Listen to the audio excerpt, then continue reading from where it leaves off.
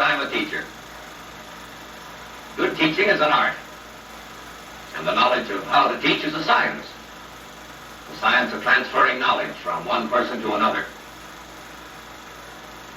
To do his job properly, the good teacher often has to use the technique of a salesman, an actor, and sometimes some of the tricks of a magician. An absolute knowledge of every phase of the subject is only one of the requirements that effective teaching demands. Besides knowing his stuff, a good instructor must be familiar with the basic elements of teaching technique. In other words, the 3 P's: personality, preparation, and presentation. Teaching is actually a selling job. And since this is true, one of the teacher's chief assets is a pleasing personality. Reflected in his attitude, appearance, and voice.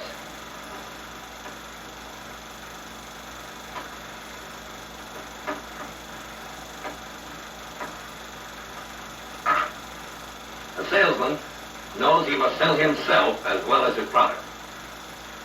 So he maintains a self-confident, enthusiastic, and tactful attitude when he's trying to make a sale. For instance, I'll show you what I mean. With the aid of a little hocus-pocus, I'll be a furniture salesman, trying to sell Mrs. Homemaker a chair.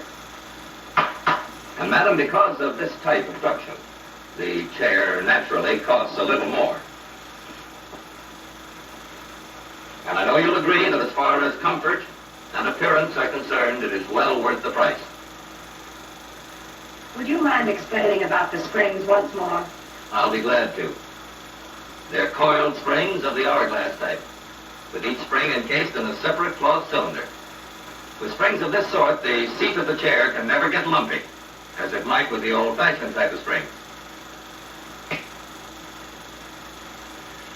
A salesman is tactful and patient when called on to re-explain a point he's already covered, because he knows that the sale depends on having his message understood.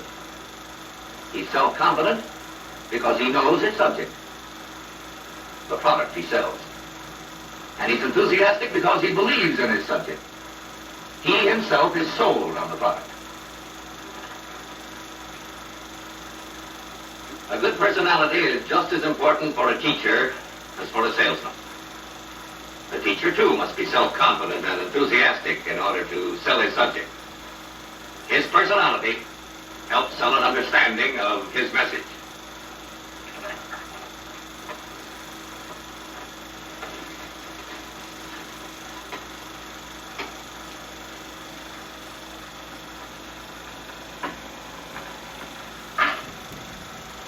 Personality is also reflected in appearance. You remember the old-time medicine man? We were as much interested in his outlandish getup as in what he was saying. With every sip, with every swallow, with every teaspoon of Dr. Kilpain's famous stomach bitters, new life, new blood, new vigor tingles through your blood system, my friends. Look at me. Look at me. My friends, less than a year ago, I was a walking skeleton. Nothing I had agreed with me. I couldn't eat, I couldn't sleep. My friends, if I hadn't discovered this marvelous medicine, I wouldn't be here today. Of course, that is an exaggerated example. But a teacher, too, can let appearance distract attention from what he is saying.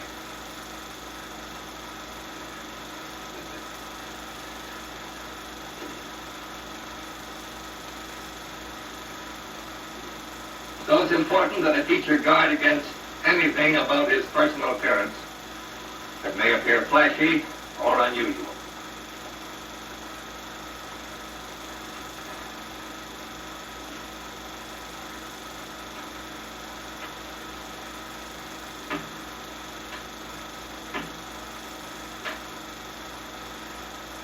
The most important part of any personality is the voice.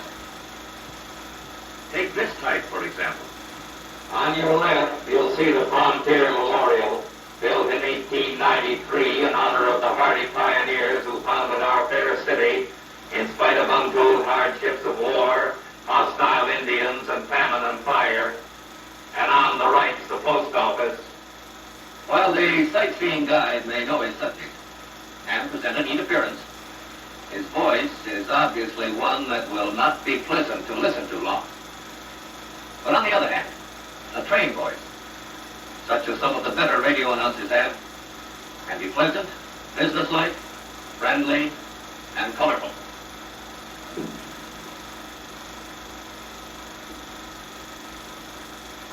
Every man in the Navy is being trained as a future leader of men. The hardest workers may become chief petty officers, warrant officers. It isn't necessary to have a trained voice, or even a good voice, to have a colorful voice. Color comes with a variety of tone. A sound chart of the sightseeing guide's voice would look like this. On your left, you'll see the Frontier Memorial. The voice lacks color because it's monotonous, has no variety of tone. Now, in contrast, every man in the Navy is being trained as a future leader of men. You can easily see the difference in the tone variety, which gives the second voice color. Since a great percentage of teaching is done through speech, the matter of speech delivery must be given a lot of consideration. We've already talked about voice quality. Now let's discuss voice from the standpoint of its use in delivery.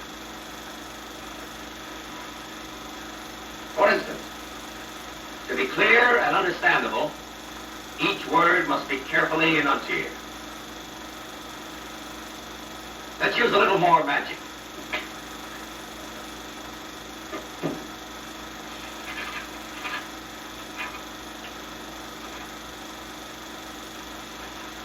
And the second time, the board voted the figure was under 92,000.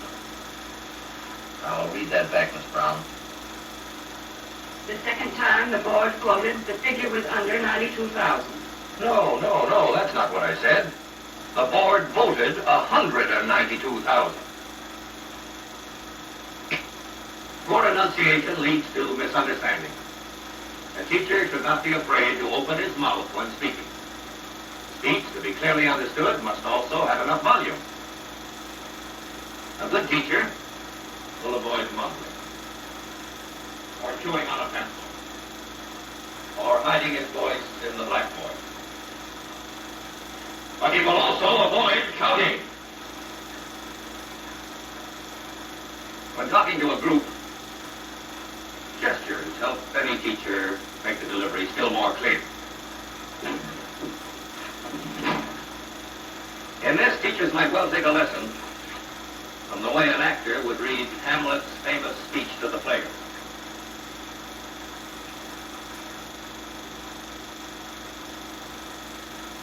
Speak the speech, I pray you, as I pronounce it to you, trippingly on the tongue.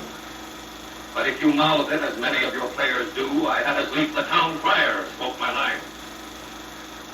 Nor do not saw the air too much with your hands, but use all gently.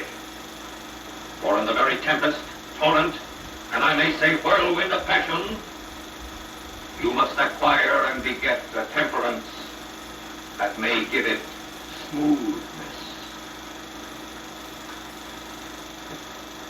The actor's gestures are free and easy, and are used to emphasize a point. And teachers, too, will find that frequent use of natural gestures is a splendid aid in classwork. Like good posture, the liberal use of gestures helps develop the ease and poise that make for good teaching delivery.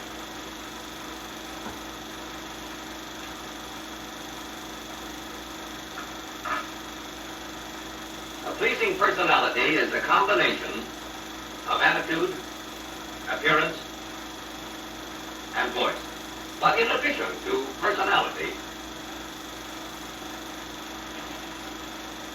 a good teacher should practice point number 2, preparation. It's almost impossible to put too much stress on this subject of preparation, because lack of preparation usually means confusion. Let's try a little more magic, and imagine I'm a house-to-house brush salesman. Well, here they are, madam. Look them over.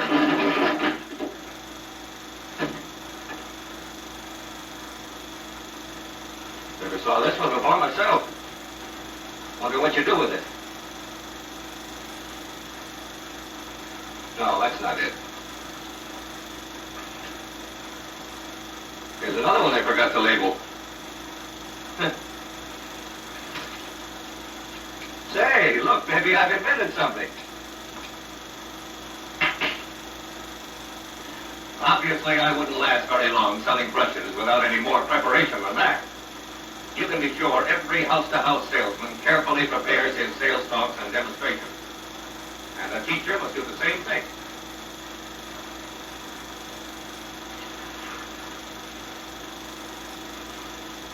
He prepares and plans the steps to be followed in each daily lesson. Takes up each step in its logical order. Beginning with a review of the previous lesson, then the main body of the new lesson, questions, and a summary of what has been covered.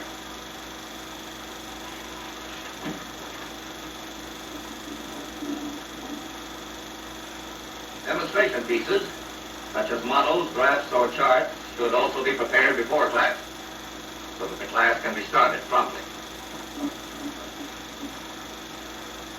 A well-planned lesson is an easy lesson to teach, and an easy lesson to learn. The last and the most important of the 3 P's is presentation. The manner in which the teacher uses personality and preparation to present the lesson to the class. When presenting a lesson to a class, most teachers find that demonstration pieces help.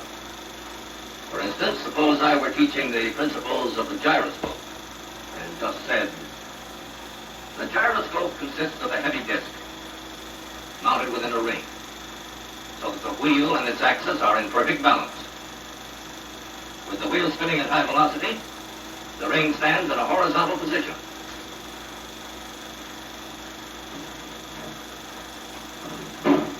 I think it would be much more understandable if I were to present my subject with the aid of a demonstration piece, like this.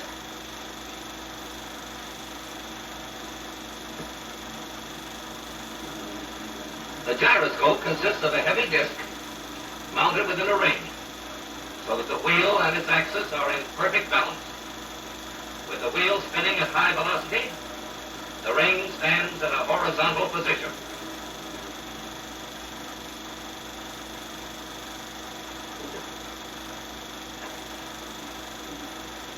Demonstration pieces, charts, graphs, and models not only make the presentation understandable, but keep it interesting.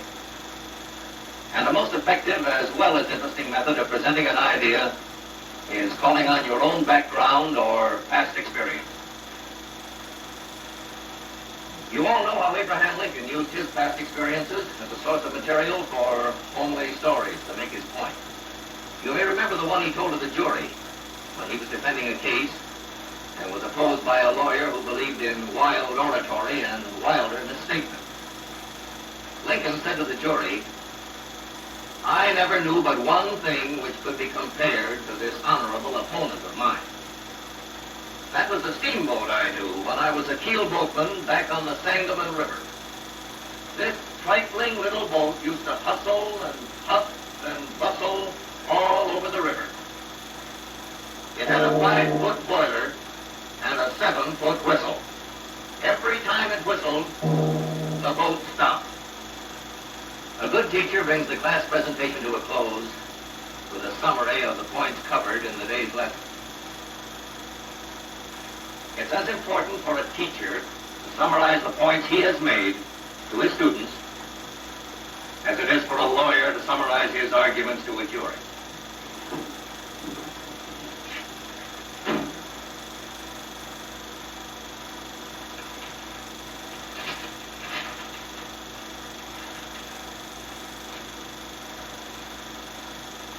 Gentlemen of the jury, my client is innocent. Let me summarize the points I have made to prove his innocence. First, his wife has sworn he never stepped out of the house on the night this crime was supposed to have been committed. Secondly, his mother-in-law swears the same thing. Thirdly, I have proved by sworn testimony he doesn't own a blue suit. And fourth, I have shown you that there is no proof that a robbery was ever committed. The plaintiff might have lost his $10 if he ever had $10. And the fifth and last point, a complete summary is a good memory clincher for any presentation. For instance, in our discussion here, we talked about the science of teaching in the terms of the 3 P's. Personality, which means a good attitude, appearance, and voice. Preparation, which means plan your work and work your plan daily. And presentation, which includes delivery and demonstration. Those are the 3 P's. They're good tips